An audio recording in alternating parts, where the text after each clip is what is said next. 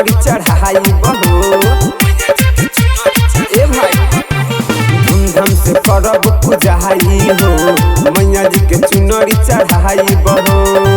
भेट होई रानी अकेला में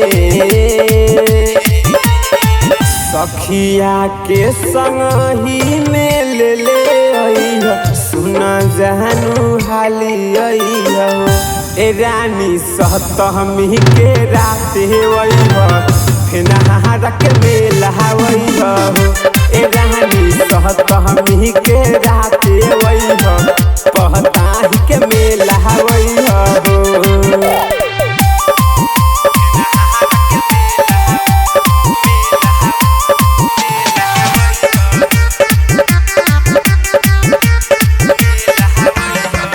शिवहर सीतामढ़ी के मेला बाके मशहूर हो हवा से मोतिहारी नइखे ज्यादा दूर हो बेतिया कटिहार के मेला बाके मशहूर हो हवा से जमुई जिला नइखे ज्यादा दूर हो देरी करी हन पर के झमेला में सखिया के संग ही में ले सुना जानू हाली ए रानी अठमी के राते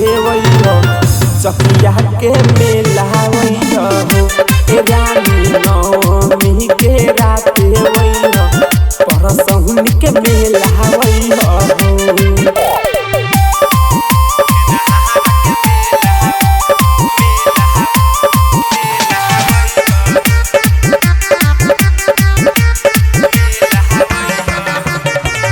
बलिया बकसर कहबू हम घुमा दे सोनपुर हाजीपुर के केला भी खिया दे छापा सिवान कहबू आहारा भी घुमा दे पाटना के चाट तोला चौमिन भी खिया दे सरुआ से कमुंटुन बेला में सखिया के संग ही में ले सुना जानू हाली ए रानी सहतमी के राते पकड़ी के मेला ए रानी सहतमी के राते मधुबन के मेला जानू लेट मत करिए आ जाइए ठीक बा इंतजार करम तहार।